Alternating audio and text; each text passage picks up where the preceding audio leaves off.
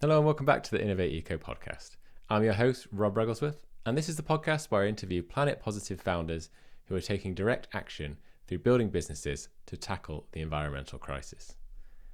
In today's episode, we're looking at the problem of forever chemicals in our soils, and I speak to the co-founder of a company called Earth Plus, Elena Doms. They've set themselves the audacious challenge of being the world's largest soil and CO2 cleanup. And they're doing this with a miracle plant, which we talk about in this episode, and creating sustainable and circular products from that. So making a truly profitable business model and solving an environmental problem at the same time, which is what this podcast is all about.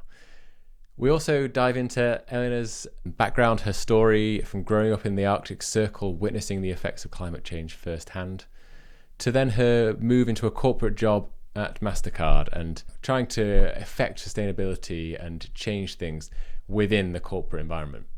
We then talk about how she quit that corporate job and went off and founded Earth Plus and the mission and the challenge that she's trying to tackle now. I really enjoyed this episode and I hope you do too. So without further ado, here's my interview with Elena Doms.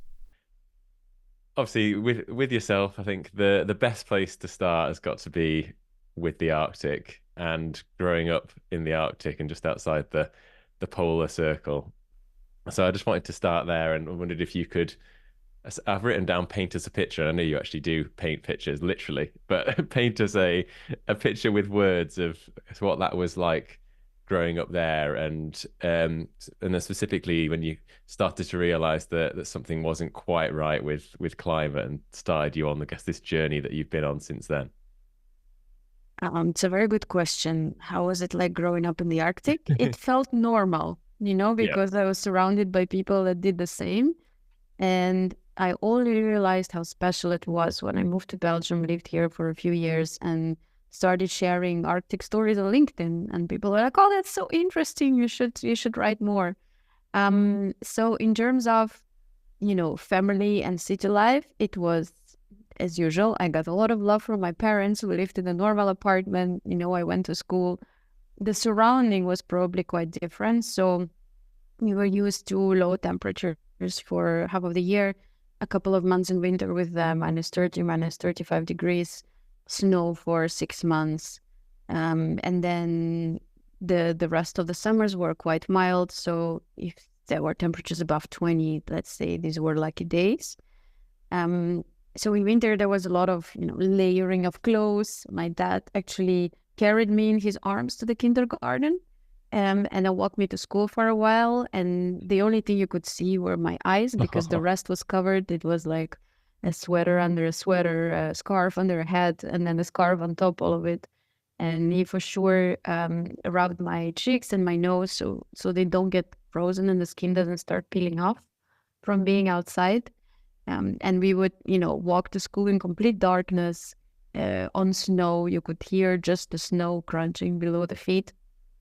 You would breathe and immediately there would be a smoke coming out of your mouth. And we would come back home from school in complete darkness as well. There were only like a couple of hours of not really bright light, but a bit lighter time during the day.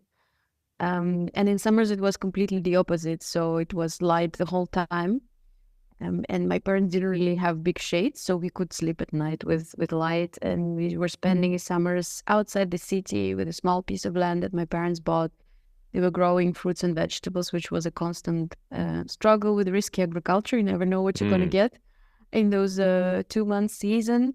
And then we swam in the ice-cold river and went to the boreal forest to pick up berries and mushrooms. My dad even met a bear there once. Oh, wow. So yeah, we walked on swamps, he literally showed me where to step so that we don't get sucked in. So it was very cool. It was very special. So really big contrast in winters and in summers. And I didn't really start realizing the change in the Arctic when I was living there. I started realizing it later, and it especially hit me during the pandemic. So during the pandemic, I got my degree in energy and climate, and I learned how Arctic influences the rest of the world. But my mom also still lives there, so she started sharing stories of how, for the moment, the river doesn't freeze out. So the city is actually split up in parts by a river. It's about 2.5 kilometers wide, We lived on the main city side, right next to the river. So I would go to the river every morning to walk to school and to walk back home. But there are people living on the other side, and there are no bridges in between. So that's how things work in the Arctic. You have snow and ice, so you can use that as infrastructure. Yeah, of course, yeah. So yeah, every winter they would build a road. It was called the Road of Life. They would build a road to the other side, and people would have to cross it to go to work or to go to school and to go back, because on the other side were just small villages. And in the very middle of the river, ships still had to come through. So the ice was being broken every day. And there they would just lay these wooden pallets on really bare water with blocks of ice, and you'd have to step on them to cross. Pretty terrifying experience, I have to admit. So you would have to go to it, but it really looked like a road. You could drive a car on it up to the ship crossing path. You had lights on it. People would cross in that specific place. You had a post where a person was overlooking that everyone was safe, and building those wooden things when the ships weren't there. And that river normally froze. By December, it was thick enough to install that road. However, now with the climate change, we notice that winters are not the same. So average temperatures are -7, -10 degrees in winter, sometimes above zero. And that means the river doesn't freeze on time. Right. So, for example, during the pandemic, this road was installed 1 to 2 months later. And that means people were isolated on the other side. So the shops were running out of food. They couldn't easily get to the hospitals because the hospitals are only on the main river side. So imagine someone with COVID, they really had to cross the river in a very difficult way before they could get to the hospital. And similar things started happening in summer. So, for example, if you remember the year of very bad floods in Europe and the UK, I think it was 2021. In that summer in my home city, it was 30 degrees for 2 months with no rain. And my mom was growing plants. She said she had to water them every morning and every evening, and she has never seen anything like this before. And it might be okay to get a bit better harvest because there is more sun. But on the other hand, Arctic is also not just ice. It's also home to boreal forests, which is the largest carbon sink on land. And with temperatures like this around the world, the boreal forests dry up and they start burning, releasing these generations old carbon in the soils, and start turning from a carbon sink into a carbon emitter. So during the pandemic, it really struck me how much the region is actually changing. And I realized, okay, well, it's really not the same as when I was a kid. We have to do something. Yeah, it's these impacts that it feels like have been going on gradually in the background for a while. Then all of a sudden, it really does feel, doesn't it, that things have, the last few years, things have really accelerated, and those things that people have relied on or communities have relied on and just taken as something that happens in the cycle of life and the yearly cycle have just started to disappear. And it's crazy to think that there's still climate deniers out there when things just seem so obvious and clear. There's case after case of things, and that story there that you just told is a really powerful, it's sad but powerful kind of example of what's going on in the world right now. This isn't something that's going to happen to our children's generation, to our grandchildren's generation, which is kind of the narrative that's gone on for a long time, hasn't it, with climate change? It's always been this: do it because it's the right thing to do for your children, do it because it's the right thing to do for your grandchildren. I remember reading a book when I was growing up about the lives of our grandchildren. I can't remember who it was by, but it was talking in that way. And all of a sudden it's like, no, this is our lives, right? It's happening right now. And that's, if that's not making people wake up and start realizing that what's going on, then I don't know what will, I guess. Very true. So I noticed you'd been back to the Arctic recently this year on a trip to Svalbard. On the one hand, it looked like a very exciting and inspiring trip. I imagine on the other hand, there was also similar to what you've just been talking about, some stark impacts and things like that as well. I'd love to hear a bit about that trip, why you were there, what you're up to, and if there was anything else. You've probably got some other stories, not to start off on too depressing a note before we go to the more positive and things you're working on and the inspiring things you're working on. But yeah, I just thought it'd be interesting to hear about that trip before we move on. Yeah, of course. It was a very exciting trip. It was organized by Walking Software Foundation. And actually, it was a lot of sustainability change makers on that expedition. And it was a combination of seeing the Arctic, learning from the scientists and guides and how it's changing, doing the outings, but also on the other hand, having a lot of sessions talking about sustainability, building collaborations to do something. So that was a positive side of it. It was very, very inspiring. There were lots of amazing people there. In terms of the changes that we've seen in the Arctic, so it was what we've heard from the scientists and the guides. For example, we went to the ancient glaciers, and they told us that these glaciers are retreating 125 meters every year.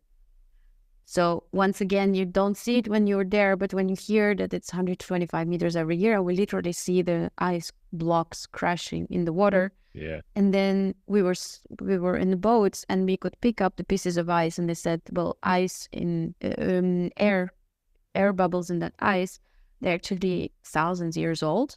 And that's how scientists also studied the atmosphere on Earth back then and what was happening. But it was really sad to hold a block of ice in your hands that is that old, that contains so much history, and you know that it's going to disappear. Yeah. And other things that we've seen, we were, for example, we crossed the 80 degrees longitude. And we went there with a ship, and they said normally at that time of the year, let's say 10 years ago, you couldn't cross. You couldn't even be there with a boat unless it was, an icebreaker. And now we could. And there were ice blocks swimming in the water, but we could pass by with a boat. And that was also quite a special thing to see. They even showed us a map and an image of how the ice used to be and how it is now, the ice coverage. And I already knew it from reports. I read that scientists said Arctic is going to be ice-free in summers, and we cannot do anything about it. We cannot reverse it immediately, but it was very sad to see it in real life. Also very beautiful to see the ice swimming, but quite sad. And then another impact that we were looking at is polar bears. They're quite hard to study because they're migrating between Svalbard and also Franz Josef Land.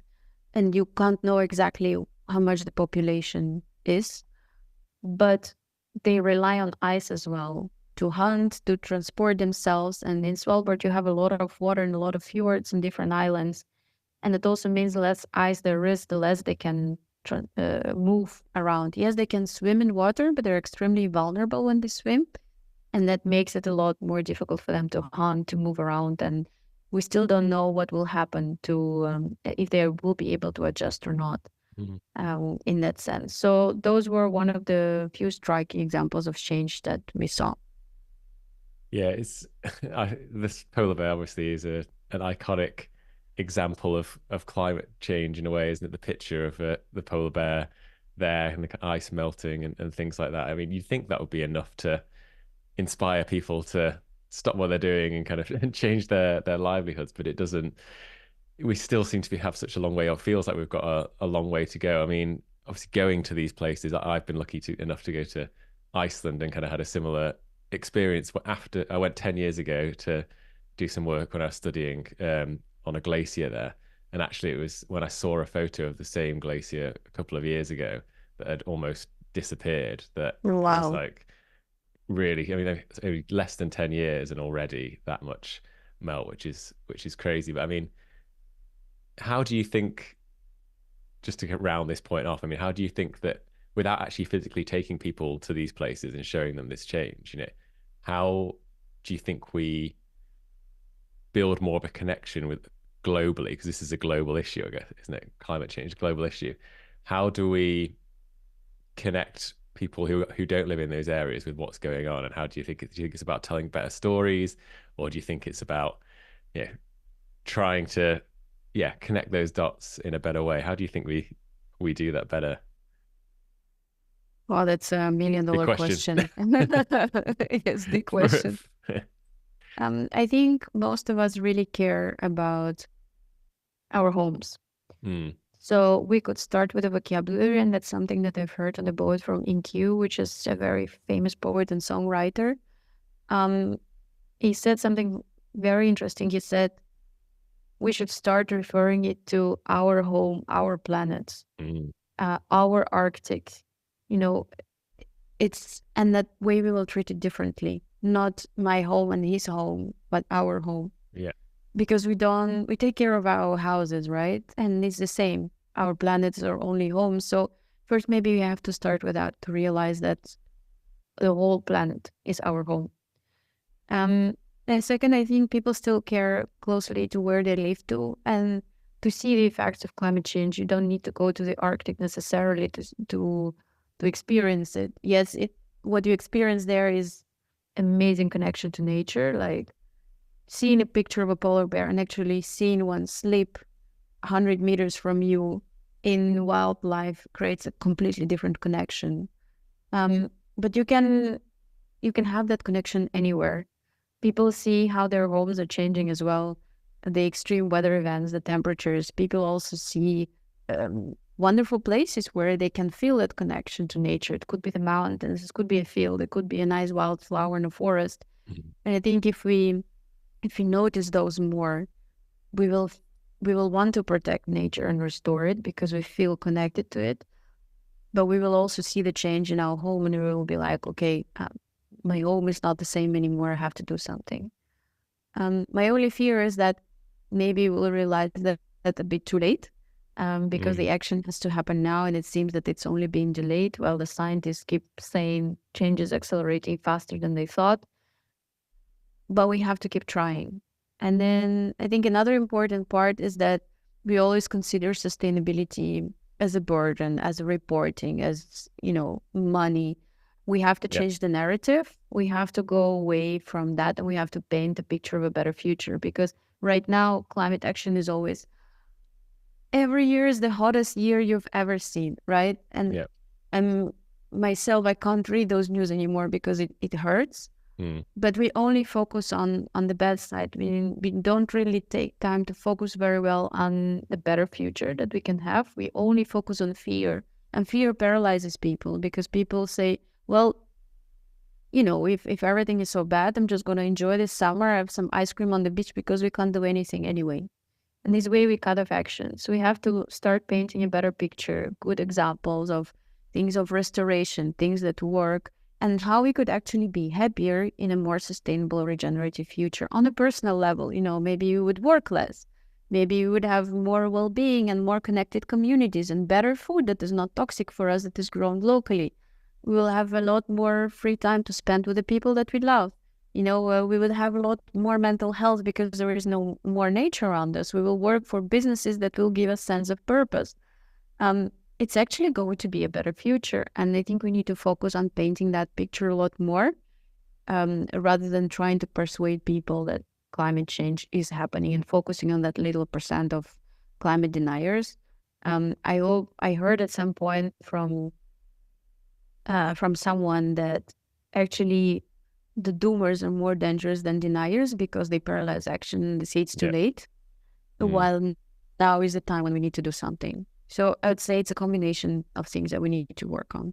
Yeah, that's resonates hugely with me. The idea of painting a positive future is the reason I started doing this podcast. When I first started doing it back in like 2018, was the Yes. frustration of a frustration of doom and gloom. It was got better. It's definitely got a lot better. But back then, it's only like 5 years ago. But even then, it was really all about those stats, the headlines. I mean, they're still out there, but I just thought there's great stuff going on. There's people trying to at least, change the world as best they can and trying to do stuff. So I was like, right, there's no point in being in the doom cycle, as you say. We've got to at least try and paint a positive picture of what the future could look like, because it's the best way, the best chance we've got, I guess. And that point you you made there around kind of, sorry, I've lost my point. One sec. Yeah, Take so I your watched time. what was I saying? So yeah, coming on to the more positive stuff now, I guess then with that. And I wanted to talk a little bit firstly about your time at MasterCard, I guess, and it's something that intrigued me because I've had this conversation with a few people recently who've said, would I be better joining a large company, large corporation that's already out there and trying to change things within? You know, people I talk to in the sustainability space, is that the best way to drive action, or would I be better trying to start my own business or start my own thing and drive change in that way? And you're an amazing example of someone that's done both. You were at MasterCard working in sustainability there, and then you've gone and taken the brave leap into doing what you're doing now with Earth Plus and everything else. So before we come on to that and what you're doing at Earth Plus, could you just give us a little bit of what your time at MasterCard was like, and I guess why you decided to take that brave leap when you did? Well, my time at MasterCard was amazing. I spent 11 years there. It was a great team, a great company to work at. Yes, I felt a bit of frustration that things weren't moving fast enough, because it's more difficult to turn around a large corporation. But actually, they were moving. You know, at some point, like, I was thinking it would be great to calculate carbon impact of transactions. And 3 years afterwards, MasterCard collaborated with the economy to do just that. So actually, MasterCard is one of the companies that does a lot when it comes to sustainability and climate space. It all started maybe with grassroots movements and local sustainability teams on the ground, but then they really took it seriously with the chief sustainability officer, with a team, you know, with lots of initiatives that incorporated all the employees around the globe. Nice. So not just box ticking, which is, as you said before, which I'm worrying is becoming more of a thing, but that's a wider discussion. But it's nice to hear that they were already actually taking action back then and not seeing it as a box ticking exercise. That's true, for sure, for sure. And I wanted to say something else. Sorry. No, that's okay. So actually, MasterCard was doing a lot of things scientifically, also to make sure that they're doing the right thing. They were also really involving ecosystem of partners, so not just doing steps themselves to calculate and reduce emissions, but how can you involve the whole ecosystem of partners, because there's so many partners in the e-commerce space. How can you involve all of them for sustainability action, which I thought was really cool. So yeah, it was a great place to work for. I cannot answer exactly where it can make the most impact in a big corporation or in a startup, because it's difficult in its own way. The reason I left MasterCard is because I couldn't find full-time sustainability-related job, and I really wanted to focus on it 100%, because by the time I had 2 kids, by the time I did my degree in energy and climate, and by the time I really saw how much the Arctic is changing, and my heart was screaming at me that I had to do a lot more impact, and that's the reason that I left. Maybe if I found a really exciting job, I would have stayed. So it's a difficult question to say where you can make most impact. What I can definitely say is that starting a new startup or joining a startup is a lot harder. It's very hard. Trying to make change in a large corporation is hard because you need to get a lot of stakeholders on board, all the executives. By the way, the thing I wanted to say, MasterCard tied executive pay to ESG goals, which a couple of years ago, which was also cool. That's cool. So it's hard to get everyone on board. It's hard to make change. People switch roles and you have to start all over. But on the other hand, you have the resources of a global corporation. When you start as a startup, and the first thing that hit me was that you don't have a big brand behind anymore. Like Elena Doms from MasterCard and Elena Doms has a completely different brand value, Yeah. And then you have to start building that brand value from scratch of Elena Doms, but also Earth Plus in the company that you're working for. And what nobody tells you when you start doing something of your own is that you think you're going to go out there and make impact immediately. I have this great idea, I'm going to do it, it works. But the first months or even years, it's all about sales and telling a story and getting partners on board and, getting enough finances to move things as well. And you have to be very sure and you have to love your story. And the impact that you can create, you have to be 1000% dedicated to pull this through, because sometimes on the internet, and people tell me, oh, you are in the flow, you're flying, you guys are accelerating, but nobody sees the hard work behind. No, yeah. I've never worked as hard in my life. And I thought I worked really hard at MasterCard. I've never worked harder in my life than I do now. And I literally can't switch off my brain. On weekends, I think about it and do stuff. In the evenings when kids are in bed, I think about it and do stuff. At 11:30 o'clock at night, I respond to LinkedIn messages of potential partnerships. I constantly think which content to prepare to, get more people on board. So the brain never stops, and it's hard.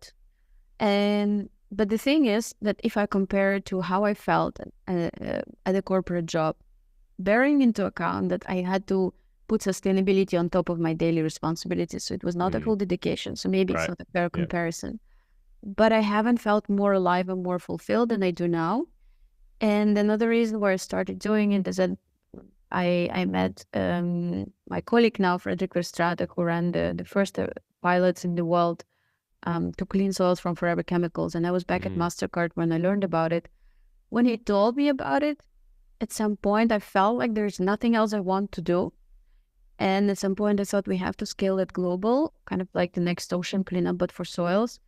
And I felt like my heart was telling me, you got that idea, you have to do it now. I don't know what it was, universe, I don't know, whatever we can, foreseen, but I felt like I have no choice really, that I have to do it. If that idea came to me, I have the responsibility to bring it to life and to give it my all, because it's the most important mission I could have.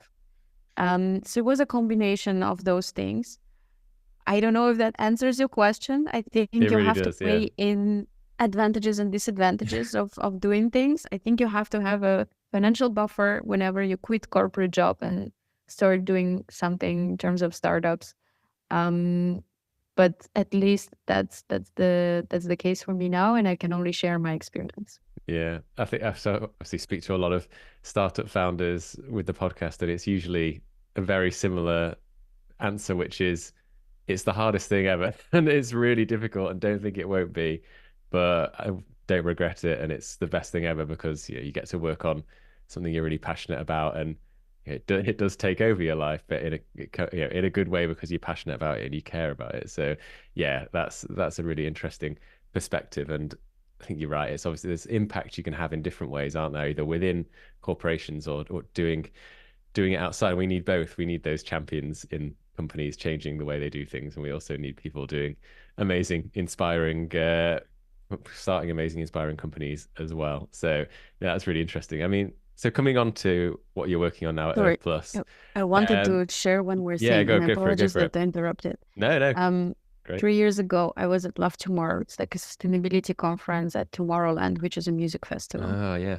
And there was an interview with Yuval Harari, the one who wrote Homo Sapiens. And people asked him, how can you make the most impact? And he said, you just have to do what you're best at. If you're good at arts, start incorporating that in your arts and painting the picture. If you're good at IT, do sustainable IT. So just focus on what you're good at and do it in the best way you can, because nobody can do everything. But if everybody is going to focus on what they're best at, then we can achieve impact and change. I love that. It's for some people, they might go, oh, how am I going to have an impact? I have to go and do a PhD in biochemistry or environmental science or something. It's like, no, you can do, if you're an artist, you can use art. Yeah, I love that.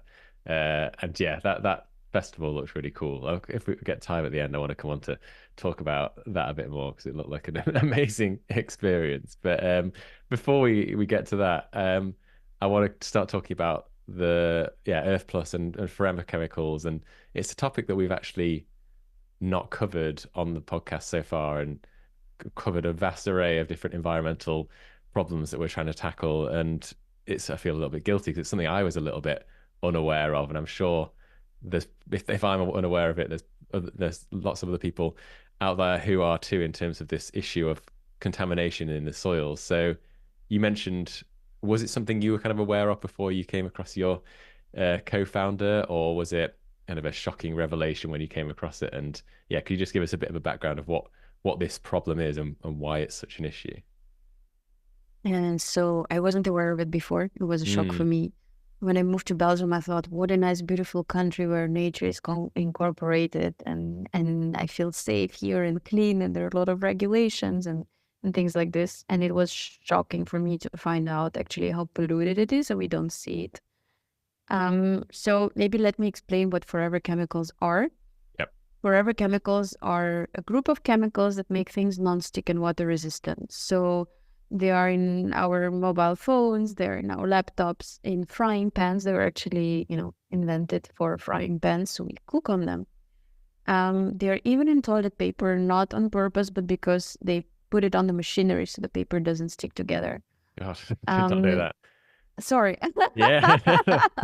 Your life will never be the same. Yeah, it'll never be the same. Yeah, God. They are in paper straws. So like now when we switch from plastic straws in our drinks to paper straws, it's not a good thing because you're basically putting PFAS in your mouth. No straws is better. But they are in products all around us. Winter jackets, they're in firefighting foam, they're in everything. Maybe initially when they were created, there was no understanding how dangerous they were. That was, I think, over 60 years ago. But now they're everywhere. And the pollution that happens of the forever chemicals, it happens from the factories and the production and the usage of these chemicals in different products. So that's why Belgium is so polluted, because there is factory of 3M, but also a lot of chemical companies that use it as a product.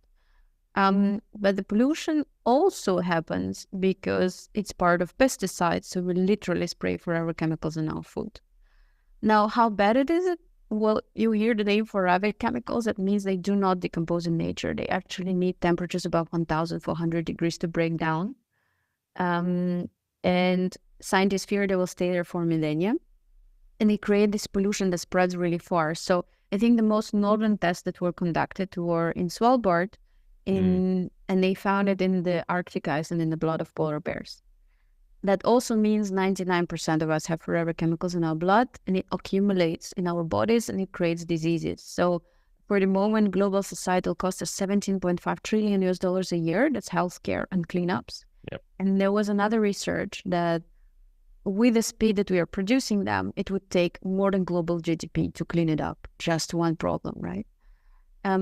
To paint a picture of how insane the business model is, you can buy a kilogram of forever chemicals for €19 and it creates societal cleanup costs, depending on different research, between $17,000 and up to 60 million euros for 1 kilogram.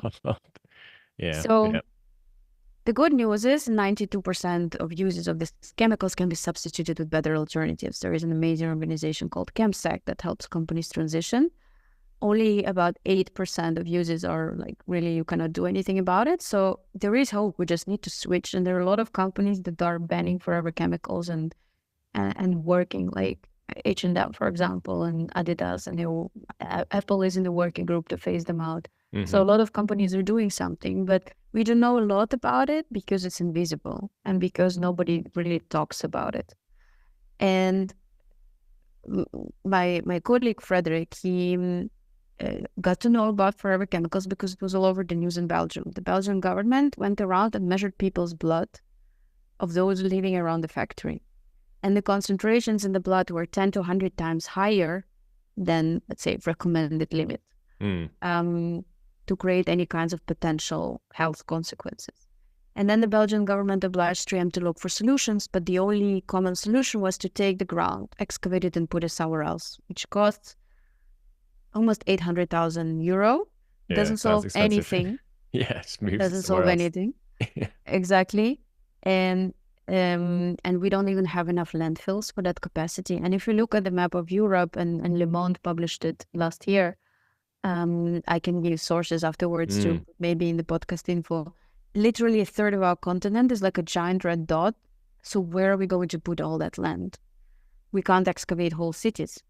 So that's when Frederick thought, he worked in construction and looked into making construction more sustainable. So he came across hemp and the potential of industrial hemp as construction materials. And one day he got a call from a professor from university, and they were talking. He said, well, can you use hemp to clean forever chemicals?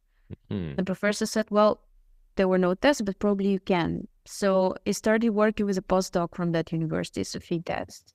And they got the farmers on board, the farmers right across the road from 3M. So you can imagine. Mm. And they worked together, they ran some tests, and they actually proved that it was possible. So even the most difficult forever chemicals, they were sucked up by the plant. And what the plant did, it took the chemicals from the soil through the roots and the stems into the leaves. So only the leaves were contaminated. The pollen was tested, it was clean, so the bees were safe. And the stems had no traces of pollution. And it's not once that they were tested. We repeated the process, and Sophie did more tests, and there were no traces of pollution in the stems. So that was pretty cool. They separated Cool. the leaves. Yeah, they separated the leaves. Those had to be treated at high temperatures. And they took the stems and made construction materials out of them. That's what Frederick did to create a business model for the land restoration. So he made a hemp wood, which is a substitute for wood, so we don't need to cut trees. We actually save 1,000 trees per hectare per year. It's also fully circular, so you can chop the material and can make new hemp wood again. And then he also made hemp biocomposites, which is a plastic substitute, but it's made of natural of plants, of natural products. And to give you examples of hemp biocomposites, BMW uses hemp biocomposites in the car interiors. Oh, wow. Porsche made racing car body out of it in 2019. Actually, the first car of Henry Ford was built out of hemp biocomposites running on hemp fuel. Nice. So there is a lot of potential. You can have enormous amount of uses for that. And the beauty of it is that it actually turns this type of materials and construction materials into carbon sinks. We ran an LCA recently, and we've proven that in the net result, it actually removes carbon from the atmosphere and literally stocks it in buildings. So you can turn construction, which is a huge carbon emitter, 40% of global emissions, into a carbon sink by making materials like that and by cleaning soils. And we started looking what else we could do, and turns out, and I also didn't know about that, turns out that we could also help restore soils. So we think that we have a lot of agricultural land, but 52% of global agricultural land is degraded. It's another problem that we don't know about. In Europe, that number is 60, 70%. And that number is going to be 90% by 2050 if we don't do anything. So imagine, where are we going to grow food? Yep. Yeah. That's also something we don't see, and I didn't know about it. But we have to do something about it. And turns out that if we use hemp as rotation crops, also use the power of fungi in the soil and other types of nature-based solutions, we can help bring those soils back. And I'll give you an example maybe of potatoes. In Belgium, we like French fries. They are grown, once in 4 or 5 years by the farmers because they suck all the nutrients. But if you grow hemp as a rotation crop, you can increase the harvest of potatoes by at least 5 to 15%. Wow. Because of resource soils in the meantime. And it can be the same business model. We just don't have to destroy the polluted parts. We can take the full plant and we can turn it into construction materials. So it's a huge problem, but let's say there is hope at the end of the tunnel. We cannot do it all in one season. A lot of people, for example, coming back to polluted land, I get sometimes a little bit frustrated when people expect us to fix 60 years of historical forever pollution in 1 year. Like, it's not a magic pill. No. For some lands, it will take 10 years. For some lands, it will take 20. For some lands, maybe 30 or more. But it's a solution. While you're creating a regenerative business, you're also sequestering CO2 at the same time. You're making better buildings, and you actually have a long-term supply. So yeah, it's pretty good. Yeah. give us a break. Yeah. Pretty solid, I would say. Yeah. Yeah, like it's I mean, the fact that they're called forever chemicals and you can get them out at all, yeah, that's a pretty amazing achievement. And the fact that you've created this, like, these circular models as well, and obviously it's so important to, when building these businesses, to try and think of these different income streams if you can, and make it this into a circular model, because it just makes it so much easier to grow. And that's what, I mean, so often when I talk on this podcast and the issues that we've ended up with, it's when we've tried as a species to cut corners, we've tried to work against nature, right? And I just know, like, we're moving in this direction, or hopefully we'll eventually get to a point where we're back in sync with nature, and we're using nature, we value nature for what it provides, and what we've been, the public goods that we've been taking for granted, like the soil and like nature. for so long, and we'll realize that actually you can't just engineer. There's some great things in engineering, of course, but you can't engineer your way around problems. And time again, whether it's these forever chemicals or it's asbestos or things like that, things that were hailed as a miracle at the time, there's always a catch, right? There's always, if you're fighting against nature, there's always a catch, basically. I think that comes from the fact that sometimes we think that we are smarter than nature, but nature has been there for billions of years. Nature could perfect, the way it works. Nature is fully circular. Nature has the solutions. So I think we just have to be humble enough to admit that if we learn from nature, we can do better and we can actually get ourselves out of this mess. So I fully agree. Yeah. And like hemp as well, I find fascinating. It's obviously it's got lots of different societal kind of, I like, it's used in lots of different ways and it has lots of different meaning.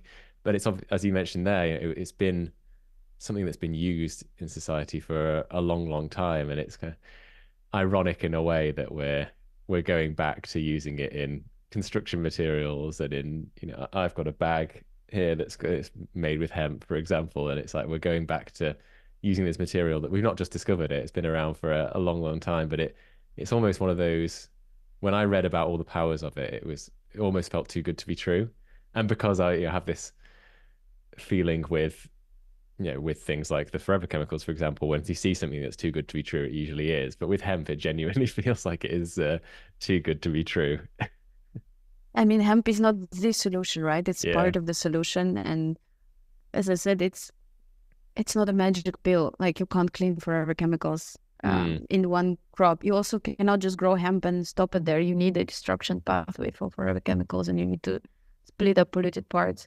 So it's not like a quick fix. It's something that we have to work on. But yeah, there are a lot of great properties, and new isn't always better. That's all I can say. Yeah, exactly.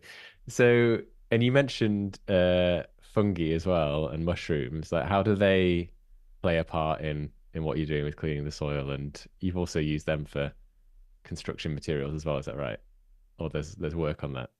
Yes, so we're starting to discover the power of fungi as well. Yeah, I don't know if you watched the Fantastic Fungi documentary. That's pretty cool. love it. Yeah. So we have a Mycelium Director. What he does is he grows insulation. So the construction materials that we make is modular sandwich panels. The outside is made out of hemp wood, and the inside is made out of mycelium, which substitutes a typical fossil fuel-based insulation for houses. And that mycelium is actually, you take hemp fibers, you put mycelium mix with spores on top, and it grows in 6 days. And then on the 7th day, you send it through a thermal process, because you need to kill it to stop it from growing. And then it's, fully done in just 7 days. The beauty of it is that it replaces fossil fuel-based installations. So you don't need to extract fossil fuels. You can just also grow it locally, so you don't need a fossil fuel supply. You don't need to transport things from one part of the world to another. And also it has better heat capacity. So with fossil fuel-based insulation, I have a house like that, insulated traditionally. And in summers, it gets really hot inside. And once the heat is in, you can't get it out easily. Mycelium and hemp-based insulation has better heat capacity, so it can keep the heat out for 14 hours, and we need 10% less cooling costs for our buildings. And I mean, the beauty of it is also healthier to breathe. It's a natural material, and put together once again with hemp wood, it also removes carbon from the atmosphere. So here, the mycelium insulation, the materials market is quite new. So Mycelium Director told us that we are starting to work on mycelium materials only in the last 5 years. So imagine the change that we can make in a longer period of time in comparison to the material development in other spheres. But we're also just scratching the surface with mycelium. So for example, there are other applications, and we are working with another company that has an organic catalyst that basically puts mycelium in the soil on steroids, which makes it very good to regenerate soils. Basically, you empower the fungi in the soil to work better together with plants. And they've done, research on wineries, they've done research on other crops, and you can really save on water. You can really increase harvest tremendously. Like their tests show 95% increase in wines, for example, Wow. in drought conditions. So there is so much power into what we can do with fungi, and we don't know it all, and we are kind of trying to discover what it can do. But fungi is what makes nature circular, right? Mm. Why why everything in the planet exists, and I think there is so much we could do to work together with fungi. That it's just amazing to imagine the possibilities. Yeah, I absolutely love it. And that I will put a note in the show notes for that film that you mentioned there, because that is a fascinating film. And the more I learn about fungi and mycelium, the more excited I am and the potential we've got to work with it. Mycelium Director has to be one of the best job titles I've ever heard, I think. I need to work on a better job title because that's amazing. Well, Andy Lauser calls himself the mushrooms guy. Uh, Yeah, brilliant. Yeah, there's so much potential there. I mean, and as you say, just scratching the surface. In terms of the adoption from the construction industry with these materials, is it accelerating quite quickly? Have we got a way to go in terms of bringing down costs, or is it already there? Should we be rolling this out far and wide? Like, there's no excuses, I guess, to start rolling this out. So we're like in the final stages of finalizing the project development, because you need Mm, to be sure that when you hyperscale it, it performs to the level that it does. yeah. So we are running final tests for that. But in terms of the uptake and application, so our main investor behind the whole group, which is a Biotech group, is Cordell Group, which is a construction company All right. Okay. that really That's sees handy. the potential indeed of using the materials in own buildings and applications. Um, so there is a lot of interest. Let's say the adoption of hemp materials is a bit easier because it's already more widespread around the world. But mycelium is the next big thing, and we do have very interested partners to kind of hyperscale and also produce it together. Because you ask a very good question about costs. We believe that the only way we can hyperscale sustainable solutions if they at least cost the same and they have much better sustainability parameters, because if Mm, they're a lot more expensive, there's no way companies will go for them. So we're working for that. And we believe that with mycelium and hemp both, we can bring it at par with, like, if you have a production, actually, we believe that we can bring it at par on the price. Um, Once again, because you don't need to transport fossil fuels from somewhere else and turn them through manufacturing processes, because you don't need to cut wood somewhere else and then bring it over here to produce something. You can actually grow materials locally, and then that makes it easier to cut the cost and bring the materials on the same level in the pricing. yeah. I mean, I love that you're thinking about that stuff already, and it's about scale, because we need that as much as we want people to do things for the right reasons, and we're never gonna tackle the problems at the scale we need to if we don't also make it financially viable at the same time. So that's really exciting, and really exciting to hear where that goes over the next few years. So, I mean, what's the vision for the next for Earth Plus? What's the kind of longer term vision? If you're looking back in, let's say, 10 years time, like, what do you hope to have achieved? Big question, but I like to create a bit of a vision, and we can bring it into reality, hopefully. So yeah, what do you hope to see when you look back in 10 years time? Well, the ambition and our mission initially came from inspiration after the ocean cleanup and Boyan Slat. Bones that, Um, yeah, yeah.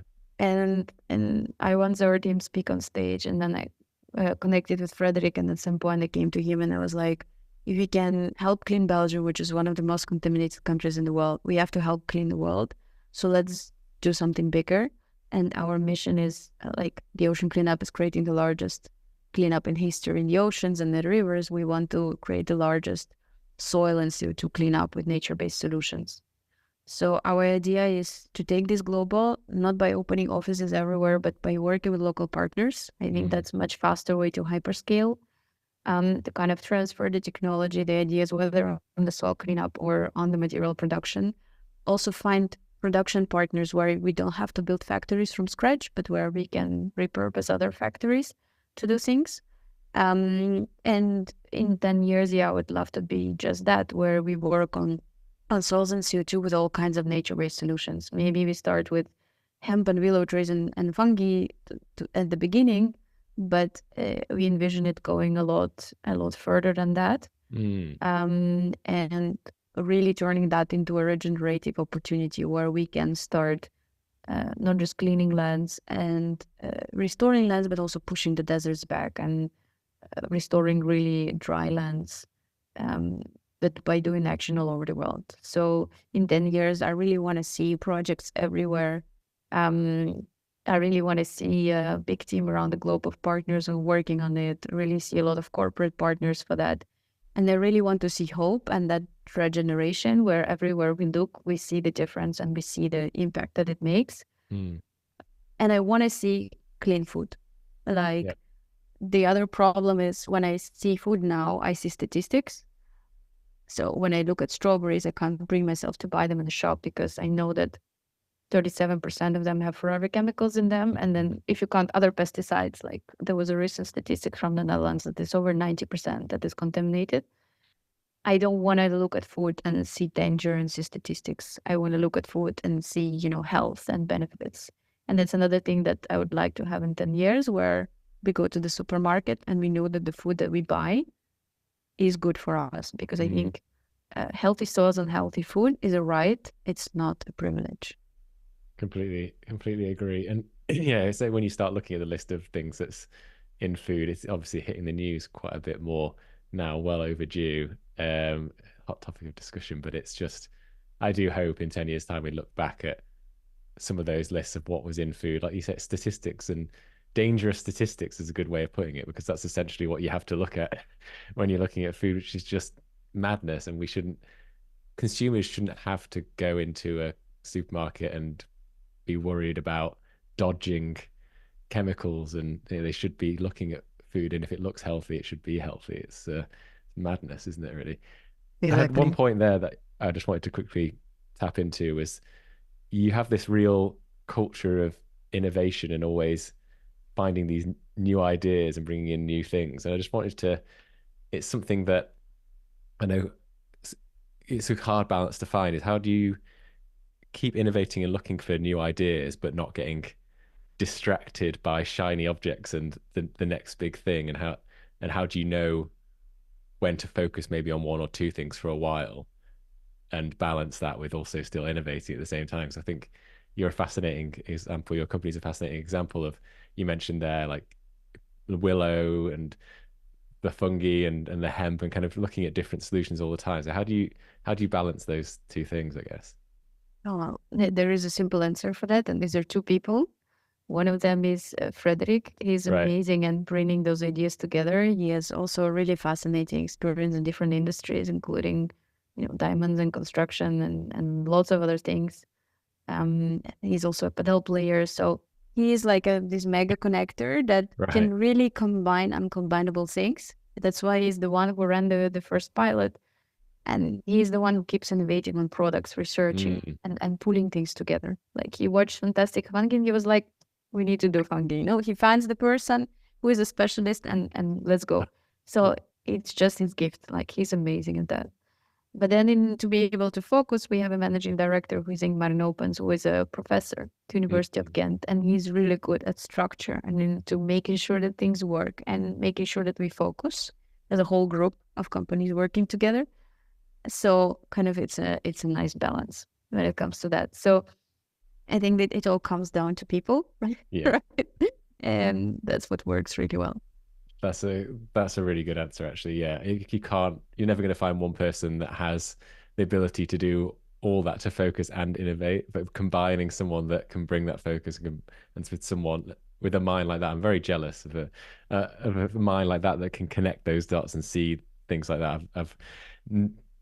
My mind kind of works like that, but yeah, it sounds like he's on another level. So yeah, combining those things is a really good combination, and excited to see what other innovations come online and what else you find in the years ahead.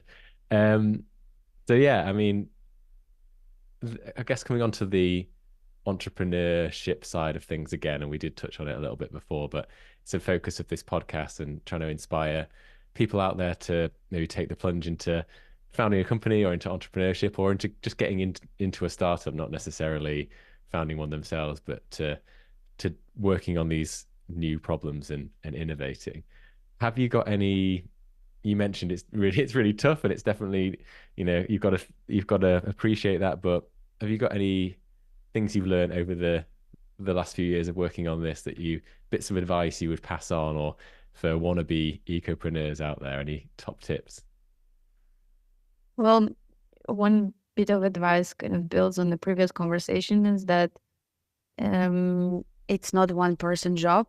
It's a group of people with different strengths that are put together, and that's what Frederick also did very well and continues doing very well of finding these passionate people and putting them together based on their strengths. That's really important to succeed. The second thing that is important is indeed combining the uncombinable things, but also not looking into inventing everything yourself, but rather building on partnerships to hyperscale, whether to bring interesting ideas together into a solution or to, start roll out the business on a wider scale or to expand into new markets. After all, sustainability is all about radical collaboration, and that's why I love working in that space, is that people are really open for that. And I think that's the beauty of it. That's the only way we can make impact. And then maybe the third one, and at least that's a personal one, is really to invest into being public and open and share the process through LinkedIn or other channels, because this way it's a lot easier to get partners. It's a lot easier to, start new projects because people see the progress that you're making and they want to join the movement. And I always like that example that you can be the best cleaning lady, but if nobody knows about you, nobody will hire you. It's kind of the same in the startup world. You have to build that brand from scratch. You have to build trustworthiness and credibility of that brand.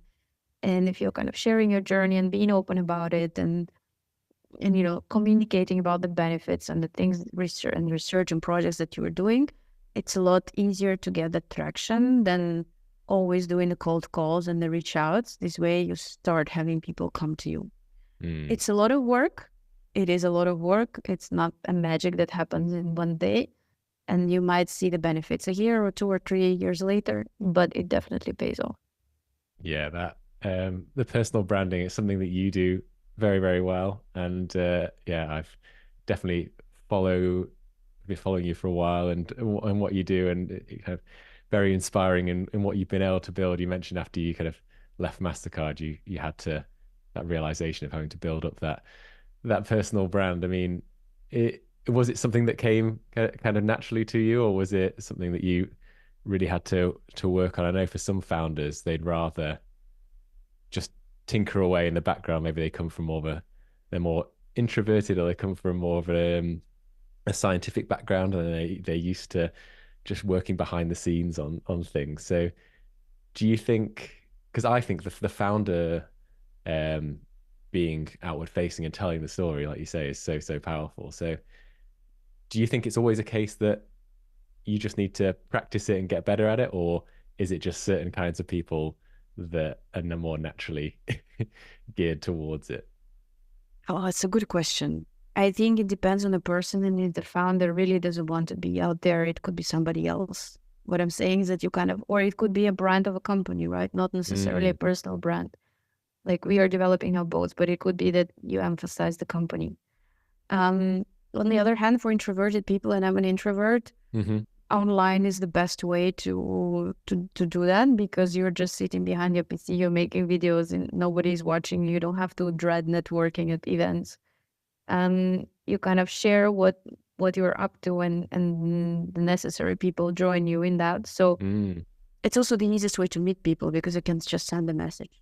Yeah. And have a conversation like this 101. So I think it's both. It's finding the right fit of what works for you. And if really you don't want to be out there, finding somebody else who can. And then just learning to do it. I started doing it when I wanted to transition my career. So I realized sending CVs doesn't work. I need to be out there. People need to know that I know things. Mm. And that's why I started being active. Also, I started reaching out to 50 people a day in sustainability field Wow. to connect, Impressive. to get to know that. Some came back, we had calls. It was a long process. And of course, then I started posting as well. And it's over 3 years that I do it now regularly, several times a day. Mm, and of course, I'm learning. There are people that skyrocket much faster than me. Um, I'm learning also. It's a lot of skills. It's copywriting. It's researching. Mm. It's thinking how to put the message in the simplest way out there. So it is something that you can acquire. I wasn't good at it from the beginning. I had maybe if I had 6 likes, I was super happy. When I went over 30 one time, I was like, oh my god, oh my god, it's the best post ever. It actually works. But it took a long time to get there. And even now, when I'm hit the button to publish, I never know if it's going to fly or not. And Yeah. it's a constant improvement in communication, but it's something that you can learn. Yeah. And like you gotta be careful not to chase the algorithms, right? And lean into, I even notice it on LinkedIn now if like certain types of posts feel like I'm worried it's going slightly the way of Facebook. It's like anything slightly controversial, it's like, oh, I'll give that a little boost. But I think, yeah, if you just tell the story authentically like you do, people will listen and it'll organically grow over time. It's always the best way to do it. If you just keep changing your message to fit with whatever the the algorithm might want, then it's kind of a bit like forever chemicals and things like that. If you try and hack it, we're best just doing things organically, and yeah, we're not working with nature, working with what we believe in, I guess. Yeah, that's true. Authentic posts are always the best. Of Yeah. course, you need to like do the right hook, and simple message, not going into like very complex scientific text because people will not read it then. But authentic messages usually work the best. Yeah, that's a whole topic we could go into around over scientific messaging and stuff. But yeah, that's maybe for another podcast. But before we get on to the final three questions, which I've given you a bit of time to prep for, and I've been asking all my guests, I've just got a couple of last things. I wanted to hear a little bit more about the Love Tomorrow Festival because that sounded amazing. Like, how did you? I'd not heard of it. How did it come about, and what was it like speaking there? Because it looked like a pretty amazing thing. So Love to War is definitely special. It's an event that started 3 years ago, and it was co-founded by Tomorrowland Festival and Vito Research Institute. And the idea was to bring, science and entertainment together to talk about sustainability. So the setting is definitely special because it takes place on the same stages as Tomorrowland. That means, you have crazy decorations, enormous screens, like everything is already there, the infrastructure. And you can really bring a message across in a very, very different way. It also means that it's not just, keynotes, it's also music performances of bands that are more into sustainability or DJs. It's really a combination of things. And I think that's why it's so unique. It really is. How was it like to speak there? I mean, it was amazing. It was 4,500 people in the audience. It was an Wow. enormous screen where I was a tiny dot if you compare it to the whole screen. So imagine the videos we could show and the pictures. We did it together with Inge Neven, who is the CEO of Vito, and Oh yeah. she was open to do a keynote together with me and bring me on stage with her. And that was also a special experience because for both of us, it was first time doing it together. So it was interesting how we could write a narrative and a storyline, combining two organizations at once and yet having the common narrative. So that was also really fun. Mm. But I can definitely say it was a special experience, a very, very special one. Also the largest stage that I spoke at. And it was really an honor to be there. And I definitely recommend if people can to join the event next year. I'm very keen to get. It looked amazing, and yeah, I saw the photos of the stage. It looks pretty daunting, but looks like you smashed it. So well, well done. And Thank you. maybe it's a sign of things to come. That yeah, we're moving into an era of sustainability is finally becoming that on trend now that it's going to overtake music festivals, and we're going to be instead of Glastonbury, we'll be going to a sustainability festival instead. I don't. It could be a combination of both. Yeah, exactly. Hopefully. Amazing. Well, it's been really great to talk to you and really inspiring to hear story and what you're working on, I've got my three final questions, which I've been asking all the guests. So my first one, again, it's tapping into this idea of inspiring others to start that business that maybe, or to get into this world of foundership and ecopreneurship and start something. And for those out there who maybe don't have that idea yet, I've been asking guests to share any business ideas that they might have had, that they just haven't had a chance to get around to. And if you're like other ecopreneurs that I've spoken to, we've probably got no shortage of stuff that you've jotted down on a pad of paper somewhere in the past. So yeah, do you have any that you'd be happy to share with the audience? Yes, of course. For example, fishing nets from hemp. We Okay, don't yeah. have time to work on it, but previously fishing nets were made out of hemp and other natural fibers. And now they're one of the main sources of pollution in our oceans because they're made out of plastic. So imagine if we could turn them back into natural materials, we would solve a very big pollution issue. So if I had time, I would definitely work on something like this. Nice, nice. Um, yeah, another thing could always be, and that's something that I started, but I really don't have much time to develop it. Mm. It could be art with a meaning, that portrays something around nature restoration, but also works to support nature restoration and biodiversity through the art sales. Um, so I think that that's also something that could be interesting to pursue. But yeah, if others want to talk about business ideas and more into nature-based solutions, always happy if you reach out. Nice. Well, some great ideas there, and yeah, anyone out there listening that wants to take on hemp fishing nets, that sounds like a brilliant idea. Again, hemp. What is there anything it can't do? I'd like to hear it. Hemp beer. We're actually Hemp beer. running tests with a brewery as well. But hemp beer is Wow, also a cool thing. nice. That's very cool.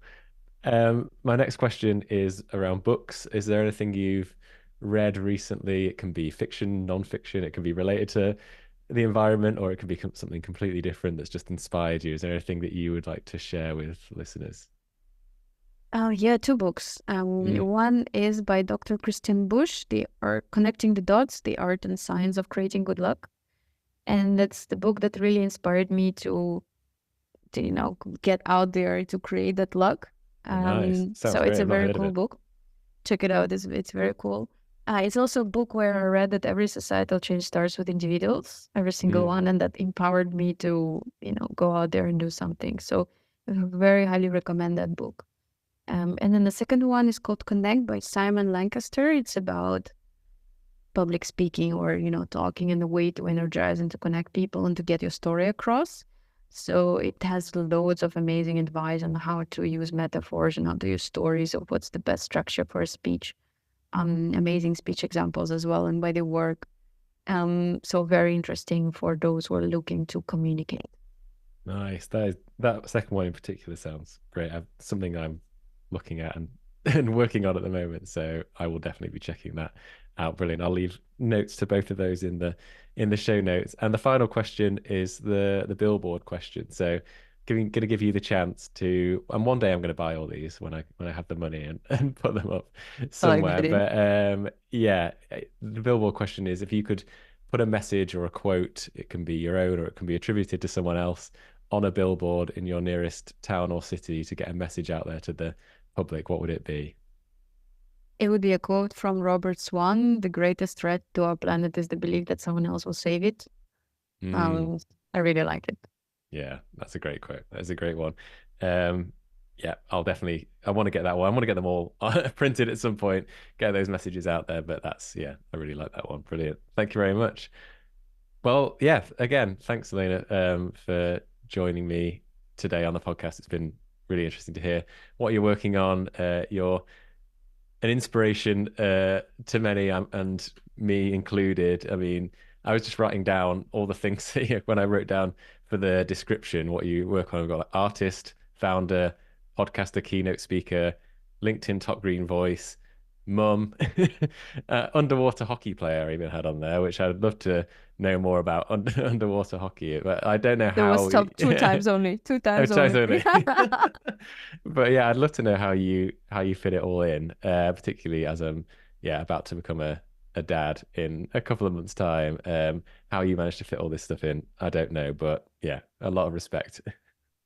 Thank you so much, Rob. It was a pleasure and an honor to talk to you. Really, the atmosphere that you create is amazing on this podcast. It's warm, it's open. Really enjoyed it, and yeah, as I said, it's an honor to be your guest today. Thank you very much.